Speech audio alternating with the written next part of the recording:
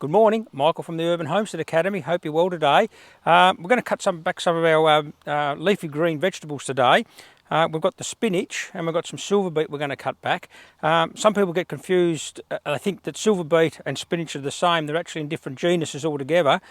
Spinach is Spinaceae genus and the silverbeet is the beta genus. So that's in things like sugar beet, red beet, beetroot. That's the silverbeet, and in the States and the UK they call that chard. Some people call it Swiss chard or chard. In Australia we call it silverbeet. So silverbeet and spinach, very highly nutritious, but they are different in different genuses. So what we tend to do with spinach, because it's summer here, it grows really quick, and what we like to do, rather than pick individual leaves at a time for home use, it'll go off too quick. So what we tend to do is we just cut it all back and we'll just refrigerate and store the spinach leaves over the next 3 or 4 weeks in the cooler of the fridge. So by doing this, what you're actually doing, you're promoting new growth. And also, obviously the new growth that you're promoting is fresh growth, so it's delicious, nutritious, nice and sweet and tender.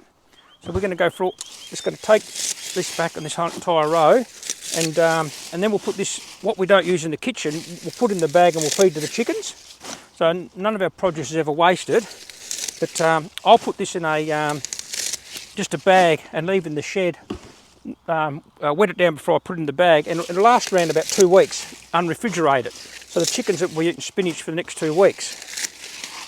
So as you can see, all we've basically done there is take back all the leaves.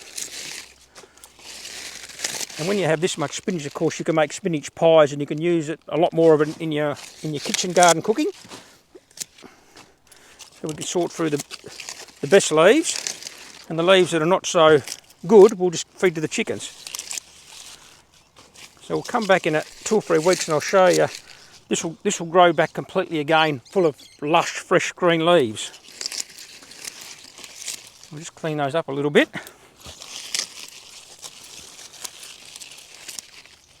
So what this also does, by utilising your beds in this way and by cutting back an entire row, it allows light to get to the next group of plants. So as you can see, the brown onions here, a lot more light's going to get to these, so these will start thriving, and a lot more light's going to get to our carrots. So they'll start thickening up as well. Okay, so there's our entire row of spinach cut back. On the other side here we've got the silverbeet. So we've got our spinach here, that's the genus Spinaceae. Next to it we've got the Swiss chard, or the silverbeet that we call in Australia. The main difference is that the spinach leaf is a lot greener. You can sort of see how the far deeper green. The chard leaf is a lot lighter green. Eventually this chard leaf will grow a lot bigger than the spinach leaf. These leaves will get sort of like about 3 times the size of this little one here. Both highly nutritious though, so both very, very good vegetables to plant. So we're going to do the same process with these, the silverbeet. We're going to cut these back as well. Once again, you can use these in cooking, and we're going to thin these out. The spinach we thinned out last time, but we haven't thinned out the silverbeet or the Swiss chard yet, so we're going to cut these back.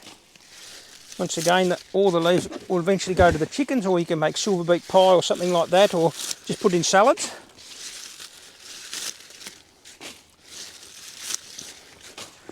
And as I said in another video, I like to sow all this sort of thing, these sort of crops, pretty thick in the rows, and thin them out later. So if a few are missing here and there, you won't really notice it. So what we do with these, we just thin them all back. So, and you want these eventually to be around about maybe 5 to 10 centimetres apart. So what we'll do, we'll thin out the ones we don't want, and this will allow these other ones to grow back a lot thicker, and the leaves will become a lot bigger. So all we're basically doing there is we're just taking out every second or third chard plant, silverbeet plant. Get some of these smaller ones here, we don't really need those there. Once again, you can feed these to the chickens. One there. Take that one out. That one out. And so your row will look a lot sparser, but each individual plant will grow back a lot thicker. And the stems of the leaves, the stems of the plants will be really, really thick for you. Take that one out. That one out. That one out.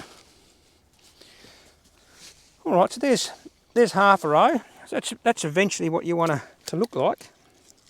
And as you can see, these plants, they're around about 5 to 10 centimetres apart. And the bottoms of those stems will really thicken out now, and the leaves will become really big. So we'll come back in 2 or 3 weeks' time and just show you the difference between these little ones we're taking thinning out and the new ones that come up. So there you go, we've got a massive big bucket, we've got spinach, we've got Swiss chard. I just thought I want to point the difference out between the spinach and the Swiss chard, because when I was in Uganda there was a lot of confusion. They were showing me spinach, they kept on referring to spinach, and it was actually Swiss chard. So there is a difference. Anyway, have a great day.